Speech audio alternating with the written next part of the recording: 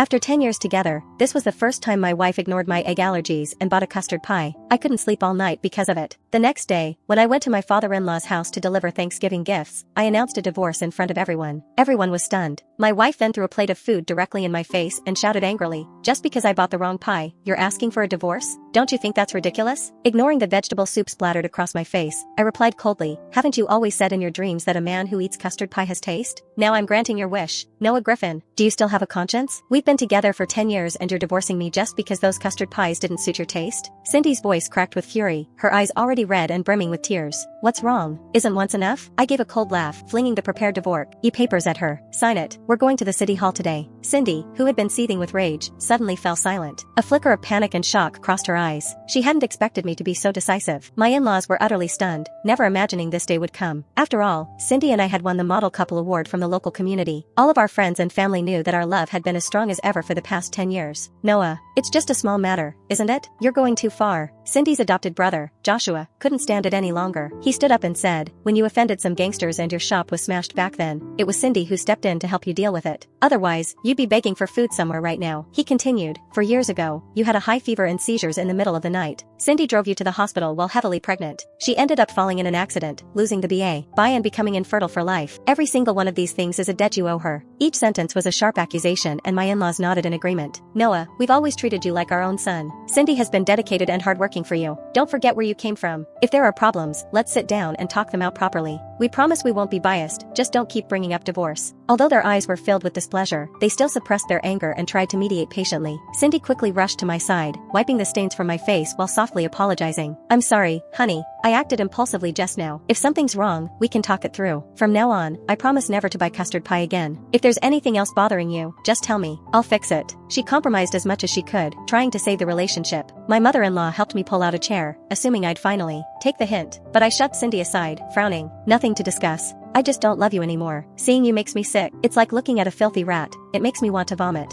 Dead silence. The atmosphere instantly dropped to freezing point. No one expected me to go that far. "Noah." This time, Joshua erupted in fury, pouncing on me like a leopard and pinning me to the floor. "Cindy has been so good to you. How could you call her a filthy rat? Without Cindy's unwavering support, your entire family would still be eating bran in some remote mountain village. Now that you're living comfortably, you're starting to despise her, huh? You worthless scumbag." Seeing him yell so loudly, I laughed instead. "I heard you love custard pie the most. Those boxes of pies were bought just for you, right? What nonsense. I'll beat you to death," Joshua barked. Joshua swung his fist and started to fight me. Even so, I quickly turned the tables. But suddenly, a sharp pain struck the back of my head. When I turned around, I saw Cindy clutching a large bowl in her hands. She hurriedly shoved me aside, helped Joshua up and asked with concern, "Joshua, are you okay? Did you get hurt?" As soon as Joshua shook his head, Cindy breathed a sigh of relief. Then, she turned to blame me. "Did you take the wrong medicine today? Being unreasonable with me is fine, but how could you hit Joshua?" I reached up to the back of my head, then countered. Was I the one who started it? My fingers were now stained with warm, sticky blood. Cindy's face paled instantly and she hurriedly explained, "Honey, it was an emergency and I didn't think too much. I'll take you to the hospital right now. Besides, Joshua is my adopted brother. He was just trying to help me out, so he acted aggressively. Don't take it to heart." As she finished speaking, she tried to grab my hand. "Get out." I spat out coldly. Cindy froze in place, her beautiful eyes reddening once more. "I'm so sorry, Cindy. This is my fault. I tried to help, but I only made things worse." Joshua then looked at me. "Noah, it was all my mistake. Please don't be angry with Cindy. If you need to hit me or yell at me, just aim it all at me." His selfless attitude and concern for the greater good made my in-laws admire him. It also distressed Cindy, who quickly spoke to her in comfort. "You were helping me. How can I blame you?" I, however, still refused to back down. Instead, I retorted, "Hit you? I'd rather not dirty my hands. Yell at you? I'd rather not waste my spit." My father-in-law's face immediately darkened and the fingers gripping his wine glass turned a pale blue. He was clearly suppressing his anger. Cindy couldn't hold back her tears anymore. She looked at me and said aggrievedly, "Honey, we've been together for 10 years, barely ever arguing, and our life has always been so sweet. Just because of the custard pie, today you've actually gotten to this point. Do you really want me to kneel and beg you for you'll let it go?" Her tear-stained face would make anyone feel sorry for her. Yet, my attitude remained cold. "Even if you kneel and crack your head open, I still want a divorce."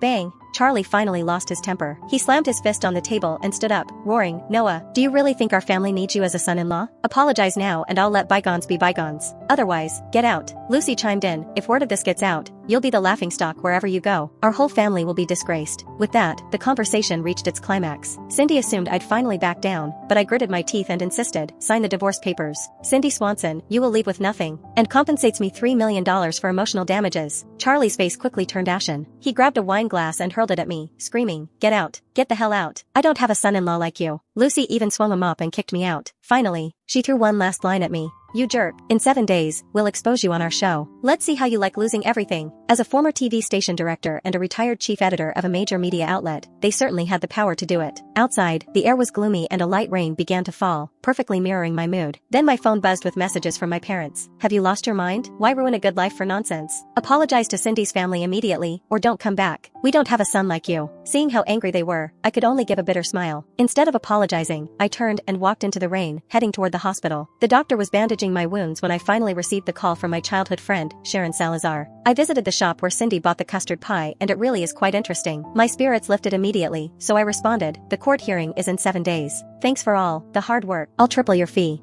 Is this detective short on money? "After I help you with this, all I need is for you to fulfill one wish of mine," Sharon said with a smile. "Okay," I agreed right away, since I fully trust Sharon's professional skills as a well-known private detective. With 7 days ahead, that would be enough time for me to firmly establish myself on the show. News of my decision to divorce Cindy soon spread among our family and friends, and they all began to condemn me. "You scumbag. My cousin didn't even look down on you for being a country bumpkin, but you're the one acting like a jerk now. Seriously, you're sick. You're divorcing over a box of custard pie? Have you lost your mind? Or did someone slam your head into a door? How can you betray the Swansons' kindness all these years? Don't let me catch you, or I'll punch you in the face. Scum, bastard, shameless, just die already." Each word was more ruthless than the last, and I just let them bombard me with those insults. Ignoring it all, I spent the night in the cramped back room of my restaurant, then got up the next morning to work as usual. The looks my employees gave me when they entered the restaurant were clearly laced with a hint of disdain. I simply acted as if I hadn't noticed a thing. But not long after, Cindy arrived with Joshua. "Honey, how's the wound on your head? Does it still hurt?" Joshua and I came to apologize. "We even made your favorite beef soup." She handed me a thermos with concern, then coquettishly added, "Honey, please don't be angry anymore, okay?" Smack. I raised my hand and smacked the thermos away. The soup was now splashed everywhere. Seeing this, Cindy's face was filled with shock and she immediately burst into tears of grief. Behind her, Joshua glared angrily and tried to argue with me,